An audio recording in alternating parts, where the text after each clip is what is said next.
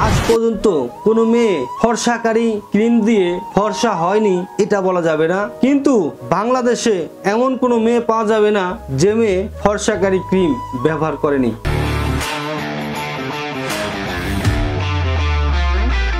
Hello বন্ধুরা, আসসালামু আলাইকুম। কেমন আছেন সবাই? আশা করি বেশ ভালো আছেন। শুকর আলহামদুলিল্লাহ, আল্লাহর রহমতে আমরাও বেশ ভালো আছি। বন্ধুরা, আজকে যে বিষয়টি নিয়ে কথা বলবো সেটি হচ্ছে ব্র্যান্ডিং। অর্থাৎ এই পৃথিবীতে যারা ব্যবসা বাণিজ্য করেন তাদের কিন্তু একটা ব্র্যান্ডিং রয়েছে। ব্র্যান্ডের জন্য তারা প্রচার করেছে, প্রচারের জন্য তারা অনেক বেশি মানুষের কাছে প্রত্যন্ত অঞ্চলে পৌঁছে গেছে। আমি একজনের একটি সাক্ষাৎকারে শুনেছিলাম যে ভাই, আপনারা যে টেলিভিশনে বিজ্ঞাপন দিয়ে থাকেন, আপনাদের কোম্পানি সারা বাংলাদেশে এক নামে মানুষ চিনে, তারপরেও কেন আপনাদের এই প্রোডাক্টগুলো বিজ্ঞাপন দিতে হয় বা কিসের জন্য আপনারা এই বিজ্ঞাপন দিয়ে থাকেন? তখন সেই ব্যক্তি উত্তর দিয়েছিলেন যে দেখেন, আমাদের প্রোডাক্ট যারা বড় হয়েছে, যাদের বোঝার মতো সক্ষমতা তৈরি হয়েছে, তারা সবাই জানে। কিন্তু আজকে যে ব্যক্তি বয়স 10 বছর হলো, 11 বছর হলো, 9 বছর হলো, যে বোঝা শিখলো, তাদের নলেজে থাকুক, তারা বড় হবে, প্লাস তাদের নলেজে থাকুক যে আমাদের একটি কোম্পানি বাংলাদেশে রয়েছে, তাদের জন্য হচ্ছে আমরা বিজ্ঞাপনটি নিয়মিত দিয়ে থাকি। কারণ আমরা বিশ্বাস করি প্রচার এই প্রসার। সেজন্য আমরা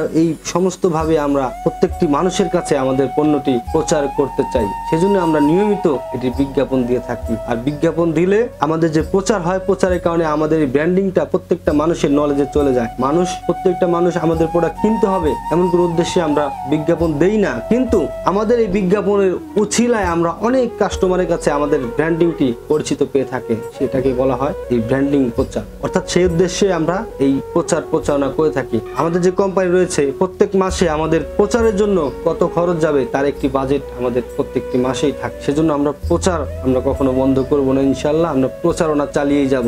আমাদের কোম্পানির নামটি যেন প্রত্যেকটি মানুষের কাছে আমাদের কোম্পানির ব্র্যান্ডিং নামটি পৌঁছে থাকে, সেই বিশ্বাস করি। এই ব্র্যান্ডিং নিয়ে জ্ঞানীর একটি কথা বলেছেন, আজ পর্যন্ত কোনো মেয়ে ফর্সাকারী ক্রিম দিয়ে ফর্সা হয়নি এটা বলা যাবে না, কিন্তু বাংলাদেশে এমন কোনো মেয়ে পাওয়া যাবে না যে মেয়ে ফর্সাকারী ক্রিম ব্যবহার করেনি। আর এই ফর্সাকারী ক্রিম প্রত্যেকটি মানুষের কাছে, প্রত্যেকটি নারীর কাছে যে ব্র্যান্ডটি পরিচিত হয়েছে, এটি হচ্ছে ব্র্যান্ডিং।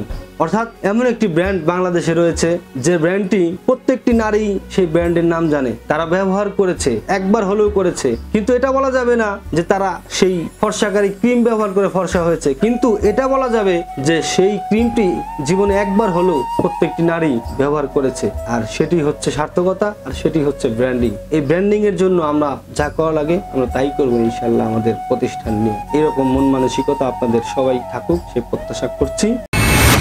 বন্ধুরা, বরাবর জন্য একটি কথা বলতে চাই, আপনারা যে পেশায় রয়েছেন না কেন, সেই পেশাকে ভালোবাসুন, সেই পেশার সাথে লেগে থাকুন। একদিন আপনার এই লেগে থাকাই দেখবেন সফলতার চাবি হয়ে ধরা দেবে। সেই জন্য আপনি সফলতার চাবির জন্য চেষ্টা করতে থাকুন, ওই পর্যন্ত যে পর্যন্ত আপনি আপনার গন্তব্যে না পৌঁছাতে পারবেন।